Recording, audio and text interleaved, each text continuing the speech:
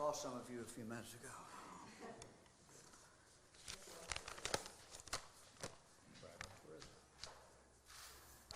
We're all here for travel and tourism, right? Everybody ready? Well, certainly good news today for Parma, for Moraine, and for Toledo. 450 new jobs. That certainly is very, very good news. As far as Lordstown, this is probably not yet the day to celebrate. This is a day where we may be moving forward. We're certainly not going to sit around and not try to make things happen. So we're going to meet with some members of the Chamber of Commerce who happen to be in town today. We were looking to put together a trip to see the post office and talk to the folks who we should be talking to, and bring people from Lordstown and from Mahoney Valley at the same time. So, a lot has to happen. UAW has to, obviously make a decision which way they want to go in regard to this. And for this really to work, it's going to take the contract with the United States Post Office. So we're certainly going to be urging the Post Office to grant that contract to Workhorse. So, again, it's, that's where we are at this point. John, you've had the opportunity to be at Workhorse, I know, and take a look. So. Yeah, I had the opportunity to be at their facility on a number of occasions. It's a promising Ohio company that is leading in electric vehicle technology. They're converting products right now for companies like UPS. They're a very viable company, and they're a company that has a potential for a great future. A lot of things, as the governor said, need to happen between now and a bunch of new people in the Lordstown area drawing W-2s as new jobs, working for a new company in the area. But we will be as aggressive as we can be at making sure that we play our role in smoothing the path for this new company and for the jobs it has potential to create. Any questions? When I talked to the mayor of Lordstown this morning, and we were talking about the president's tweet, and he said, this is not done. It looks good, but we're still a long ways away. It sounds like that's... I think that's I think that's spot on. I think the mayor has it right, as he usually does, and I think that's correct. This is a step, but we have a long way to go, and some things have to fall in place, and things have to actually happen. We're going to do everything we can to assist those in happening.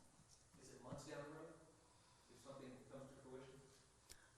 Well, you first have to, have the negotiations between GM and UAW, and so I don't know the timetable on that. At the same time, though, you're kind of going on dual tracks. At the same time, we need to be pushing the post office on this and making our case. So. What is Jobs Ohio doing about this? I'm sorry? Where is Jobs Ohio? What's going on with that? Well, Jobs Ohio is there to be of assistance. However we can be of assistance to make this happen.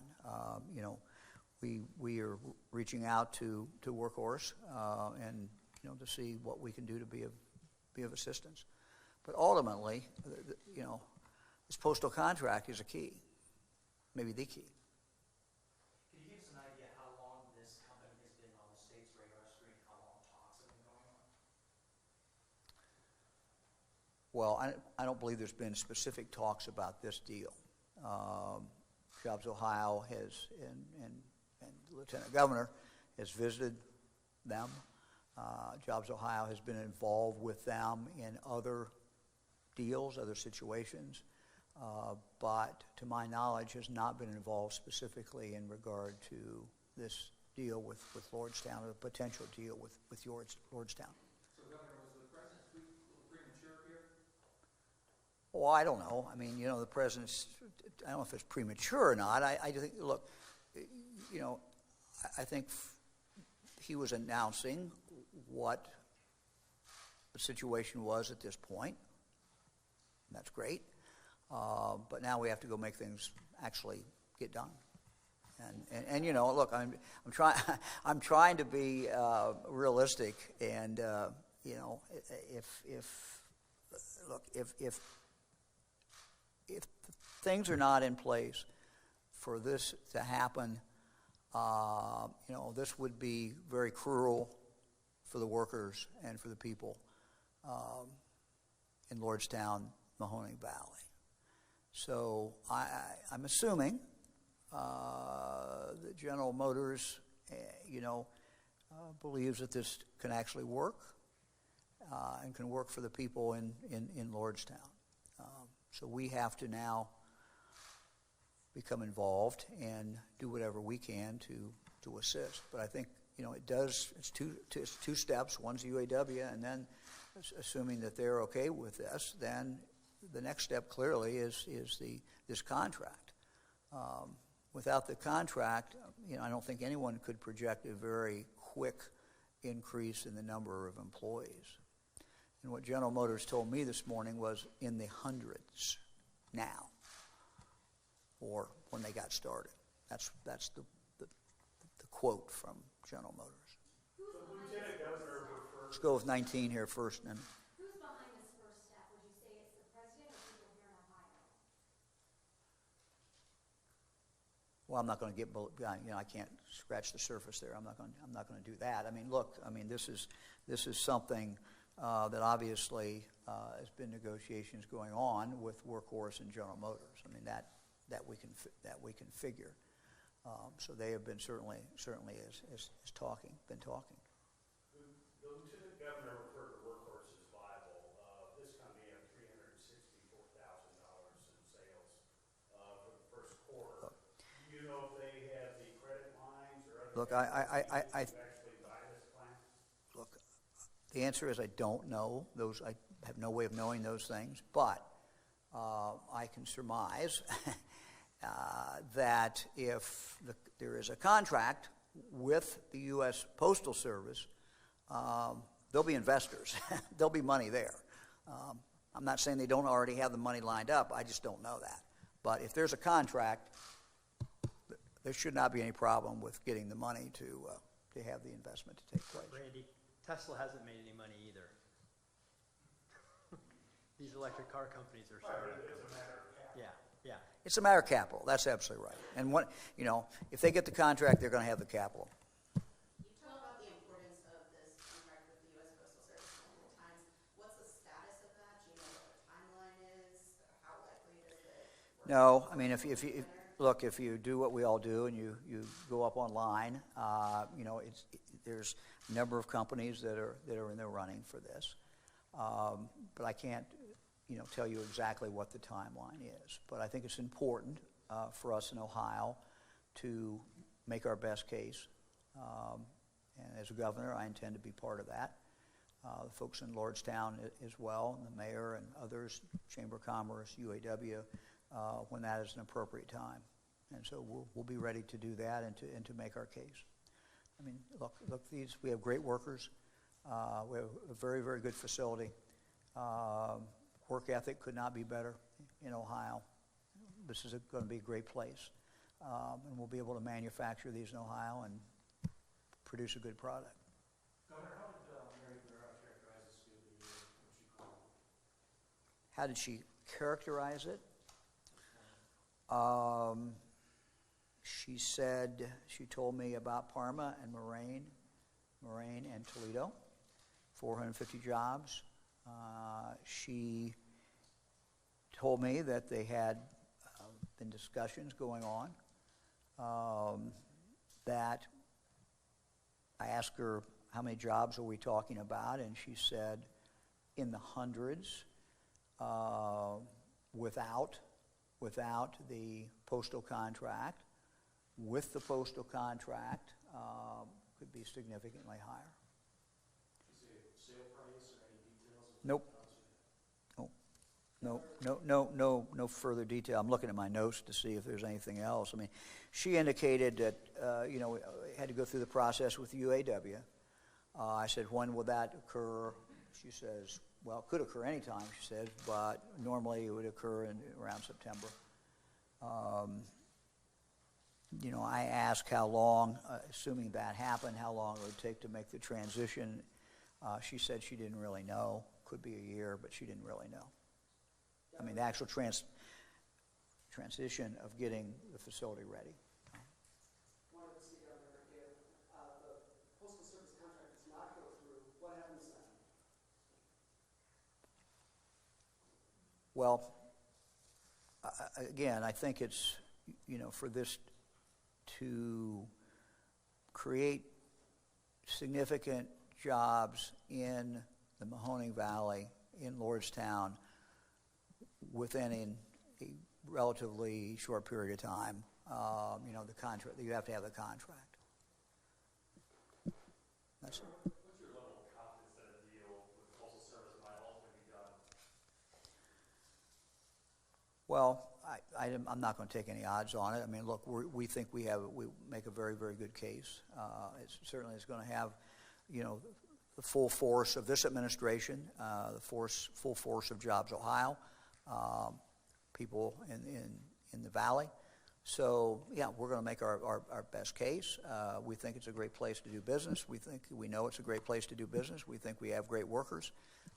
So, you know, we think we'll have a very good case to make. But there's certainly, I would not be honest if I said there's any guarantees about this. You were talking about lobbying the U.S. Postal Service officials for this contract. Making our case. I'm not sure lobbying is what we want to do. But. Do you know if that has to be competitively bid? Well, you know, I don't know where they are in the process. I don't know exactly where we could not tell very quickly exactly how far along in the process. If you look at the stories that have been written, they've named several different companies, some foreign companies, as well as a company from Indiana. Who else? Governor, would you be holding this press conference today if not for the president's tweet? Well, the president's tweet certainly kicked everything off today, didn't it? So that's what you can do when you're the president. Would you have preferred to wait a little longer before making this announcement? No, no. I mean, look. I mean, when the CEO of General Motors places a call to the President of the United States, no one can expect that this is not going to be out in the news very quickly. I think I kind of jokingly said this morning to our team, I said, well, I'm sure the president will be tweeting that out very quickly because we knew about the call. We knew the call was going to take place. I said, well, this will happen very quickly. So. Do you think the president has a role in these negotiations going forward, especially with the post office? Well, I would certainly hope that that the president would weigh in regard to the post office. Lieutenant Governor, you said you've gone to this location several times, it's viable. Yes, what makes you enthusiastic about this company, or what is viable about this company? I mean, literally, I think my first visit to Workhorse was, it was a long time ago. So this company has been trying to be a leader in this technology over a long period of time. And look, there's nobody at this point in time who's making money in this space in the industry. That's why the governor's emphasis on having a sustainable customer through the U.S. Postal Service is such a big deal for the sustainability of any long-term production in Lordstown. So, but this is an Ohio company, which is doubly good news in this. This is a Cincinnati company that may have a major operation in Lordstown, which would be a great news story for everybody, for Cincinnati, for Lordstown, for all of us in this room. But the governor rightly pointed out that there are a lot of things that have to happen before we actually call it a victory. And I know several of the people involved in the company. Over the years, they've given me a number of briefings on the advancement of their technologies, how the technologies they have enabled the retrofitted vehicles that they're doing for UPS and such are expanding in terms of their capacity, in terms of the number of miles they can drive on one charge, the time that it takes to recharge the trucks and so forth. So I've watched this company over the years advance its technology, and I know that they are among the leaders in this space in the electric vehicle marketplace. So that's when I say it's viable, that's what I mean. And my point that I was trying to make earlier is that, you know, even some of the companies that we know well, Tesla and others, have had a hard time making it in a market-based system. But if you have a reliable customer like the U.S. Postal Service, that changes the equation dramatically on whether or not this project is viable. Okay, anything else? Thank you all.